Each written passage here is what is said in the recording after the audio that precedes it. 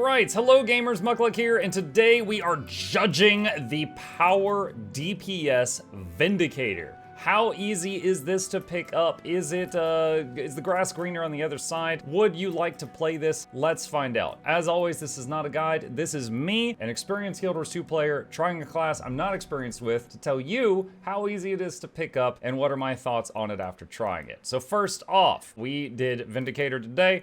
We did a power build. That's the build. Pause it if you want it. It is the same build on virtually every build website I looked at. We're running full Berserkers. I'm currently running Greatsword Staff. At first, I ran Great Sword and Sword, which is the weapons of choice on the guides. However, that adds quite a few more buttons because you're weapon swapping, you're learning more rotation, stuff like that.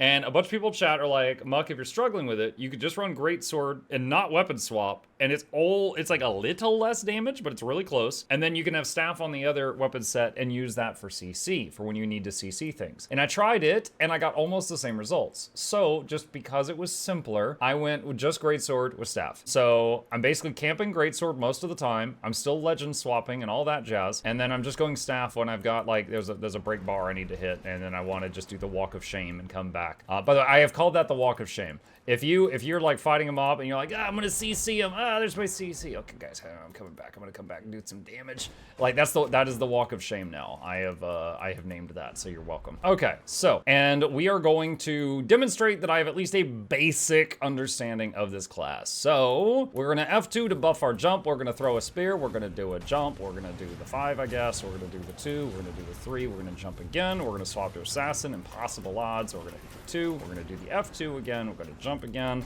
We're gonna hit the 2 again. Waiting for the 5 to line up. I want to use the 5 while impossible odds is active. 2 one more time. Swap back to the other legend. F2, jump again. Throw the spear. 3 and 2.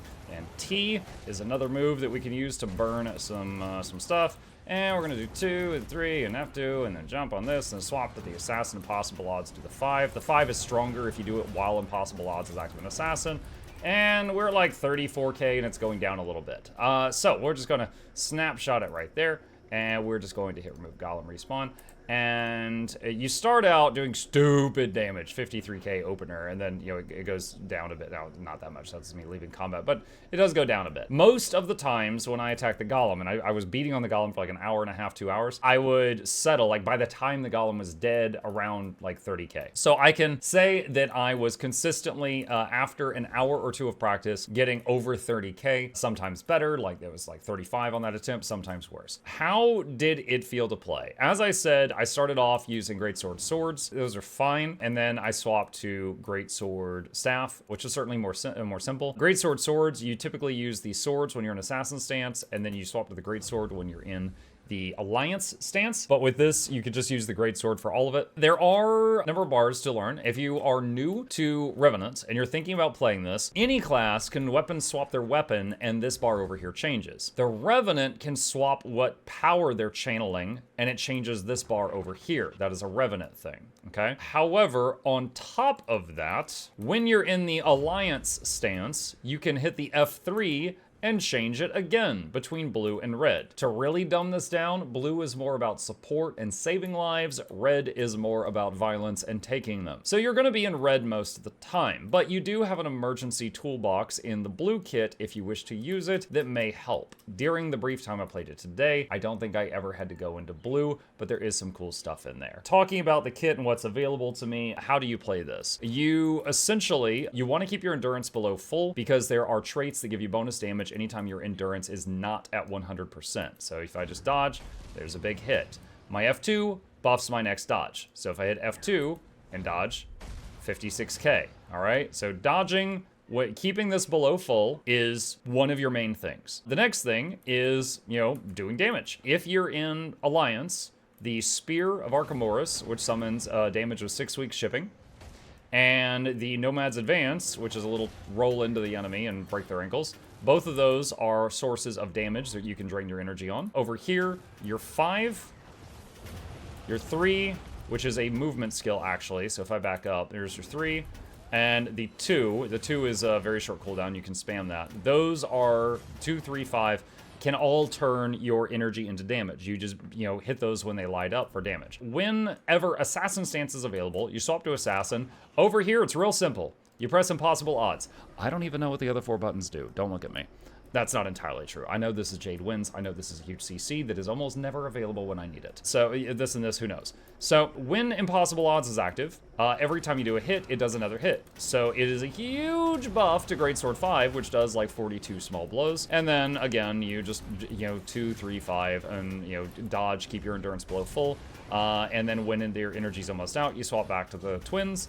And that's it. You keep basically doing that on a rotation. So there's a lot of little nuances there, making sure to keep your endurance below full, making sure not to interrupt your attack chain to do a dodge. If possible, use your F2 before dodging so that it's almost doubled in damage. Whenever available, swap to Assassin, because I believe Assassin does more damage than the twins. And the Assassin stance, you just use Impossible Odds and then keep doing the same stuff with the dodging and the F2 and this stuff down here. That's basically the name of the game. The only fight I did today where I did something different is I went into Harvest Temple and I was like, oh no, I'm the bubble guy. I've grouped with the bubble guy many times. I've never been the bubble guy. So I swapped out the twins. I was like, chat, which thing do I get rid of to bring Centaur? And they were like, the twins. I'm like, okay. So I brought the Centaur, and then we get to the part of the fight where there's the big ball that shoots the little balls all over the place, and then there's balls everywhere. And I deployed the shield, and then I was basically auto-attacking and focusing on keeping the shield on us to keep us safe.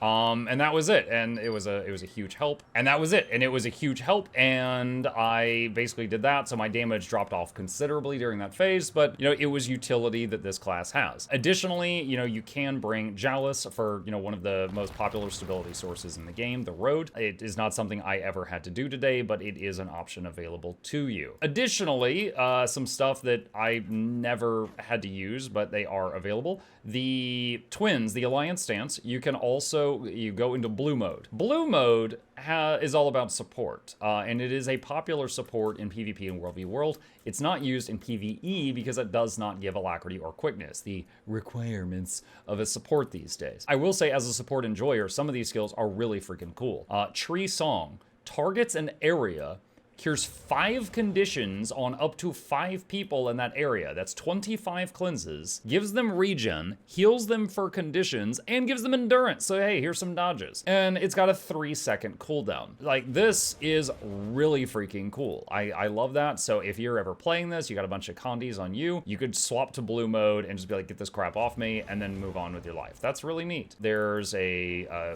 jump backwards skill here if you need it. There is I believe this one is an AoE stun break on your team, the skill right here. And you're probably never really going to use the urn as a DPS, but if you decide you want to, you can hold this for 50% damage reduction and then slam it back down. Again, more of a support tool, but it is there, so it's worth mentioning. I never mentioned the Greatsword 4. Greatsword 2, 3, and 5 are for damage, but the 4 is a block. And then if you press it again, you do a return to sender and send back damage based on how much you blocked. I got a lot of use out of this on Bone Skinner. The last time I did a Revenant video, which I don't even remember what it was, I did the same thing there. It is still wonderful. I love those mechanics where you can like block an attack and then send it back. So you don't need like exceptional reflexes, but as long as you're paying attention, you can do it. And on Bone Skinner, I just kept, honestly, this was not on purpose, but I was burning too much endurance on the dodge for damage mechanic, and I never had a dodge when I needed one. So I just kept smacking them back with Imperial Guard. So I just kept using the block to block the incoming giant red circles and hitting him back with his own damage, and then I just kept using my dodges for damage. Not recommending that. That was the result of me making a mistake and then using the blocks to recover from the mistake that I made, and it worked out really well. And that's basically it. Now let's go to the lovely little scale that I've been using to grade these things. Vindicator, what was the benchmark damage? What did the biggest freaking nerd over at Snowcrow say that this build should do? 42,580. What is the DPS I pulled after a couple of hours testing? I'd say 30 to 35k. It varied based on the attempt, but I was getting results within that range. What gear is it? Berserkers. I did a power build. Was it easy to learn?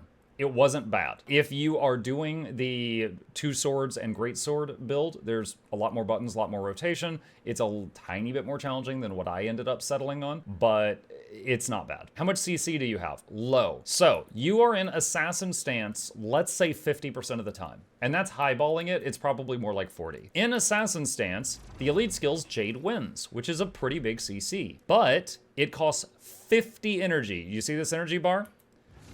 All right, so you're in assassin stance less than 50% of the time. And shut up, I'm talking. And while in that stance, you almost never have enough energy for Jade Wind. Because usually you go into Assassin, you immediately start hitting buttons, and look, I don't have enough energy for Jade Wind. So this almost might as well not exist. Unless you just went into Assassin, you will not have enough energy to do this. So yes, it exists, you almost never have it available. So CC, the other CC you've got is on the Twin Swords right here. This is 150. So this is one of the weakest CCs, but this is in your kit. So you've got that. And then the other thing is if you're running the build with Staff, the Staff 5 is one of the biggest CCs in the game, but you have to do the Walk of Shame and come back afterward.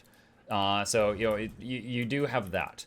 You do have that. Miscellaneous utility. You got the stuff in the blue mode. If you need to, you can bring Centaur or Jalis for stability or bubble at the cost of damage. You will lose damage by doing that, but it is an option that you could do before the fight begins. It's a full melee build, intensity, medium. There's some many builds that are far easier than this to learn, but there's also many builds that are far more challenging than this to learn. Was it fun? You know, I don't know why, because I think this looks incredibly stupid.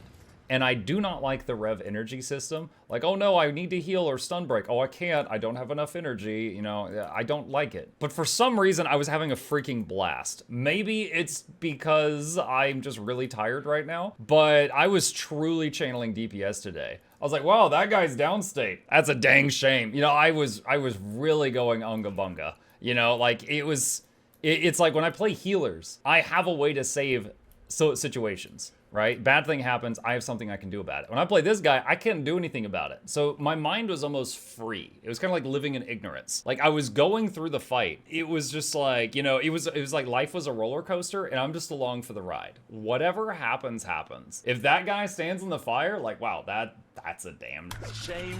So it was very freeing almost.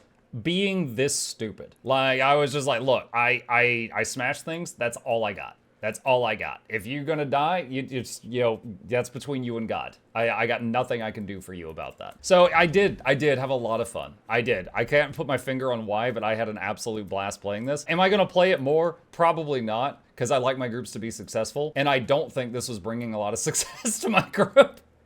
But that might be my own fault because I'm just a little bit loopy today. Like this was just like a DPS, right? You know, a good healer will make you kill Bone Skinner in one attempt. A good DPS is just kind of like, man, I hope the other people are good too. But yeah, I did have fun. I did enjoy it. It's not too bad to pick up and learn. It's pretty easy to gear. If you're interested in playing this, it is a solid DPS. Pretty easy to get the numbers that, you know, above 30K that I mentioned earlier, 30 to 35. This is me after like an hour or two, was able to do this. And rotation's not too bad. And you do have some utility. Like I said, you've got the emergency blue kit always available to you, unless you swap out the Alliance Legend for Centaur, primarily for the bubble, or Jalis primarily for stability, which is useful in some groups. I guess you could do Demon Stance for Corrupt Boon, but probably, you know, someone else could probably do that better than you doing that. And that's it. That's my thoughts on Vindicator. That's how it felt to play. That's how easy it is to learn. Maybe this will help some of you find your main class. And as always, this is not a guide. This is a reflection of my experiences after trying this out for a couple of hours after having never mained it before.